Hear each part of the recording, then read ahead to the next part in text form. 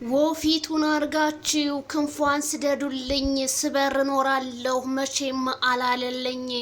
እንግዲህ አብርሃም በአዲስ ነገር መጥቷል ማለት ነው። ቤተሰብዬ ቦይጋርዶቹን ይዞ መጥቷል። እንግዲህ በጣም አስፈሪና አሳዛኝ ነገር ነው። እንግዲህ ከሄርሜላ ጋም ዛሬም እንደ ማስትሽ ተለጥፋጥፈው መጥተዋል ማለት ነው። መኪናው ላይ ያበጠው ይፈንዳ ብሎ ማይክል ጃክሰን ትናንትና ሪያክሽን ሲያረግ የነበረው ከሩታ ጋር ሩታን እንደፈለግሽ ስልኬ ላይ እንዳትደውይብኝ ሲል የነበረው ለዛ ነው ማለት ነው።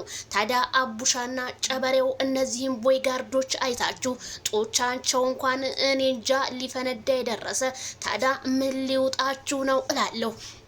ታዲያ በኢትዮጵያ ምድር ውስጥ በሰው ሰማንያ ላይ ዝሙትንና እንዲሁም ዘማቹን በሚለው ስዘምት ያለችው ሄርሜላ ዛሬም አይኗን በጨው አብሳ ያበጠው ይፈንዳ እኔ ካሁን በኋላ ከአብርሃም ጋር ነው ህይወቴና ህይወቴ ያለችው ሚዲያውን ማነጋገሪያ እያደረገችው ነው። እሷ እንደሆነ ሰደቡኝ አልሰደቡኝ ምን ግዴዋ አብርሃምን ብቻ ላገኘው በማለት ነገሮቹን እያጦዘች ትገኛለች።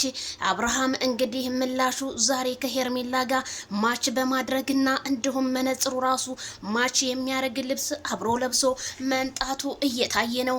ነገሩ ወዴት እየሄደ ነው? እኛ ወደ ሰላም ይመጣሉ ብለን በጉጉት ስንጠብቃቸው እነሱ ግን ለህዝቡ የሚያስተምር ቪዲዮ ባለመልቀቃቸው ብዙዎቹ ልባችን ተሰብሯል። ተመለሱ ቢሉም እነሱ ሊመለሱ አልቻሉም። አብርሃም እኔ ጭቅጭቅና ጭቅጭቅ ሰልችቶኛል፣ በቃ ፈታ ያለ ህይወት ነው የምኖረው ብሎ ዛሬም ከሄርሜላ ጋር አሸወይና ገዳሜ እሪኩም ዘመዳ እያለ መጥቷል ማለት ነው። አረ ጫማቸውም ሁሉ ነገራቸው ማች ነው የሚያደርገው። ታዲያ እነዚህ ቦይጋርዶቹ ማንን ለመፋለም ነው እንደዚህ ደረታቸውን ነፋፍተው የመጡት ስል እኔም አሳስባለሁ።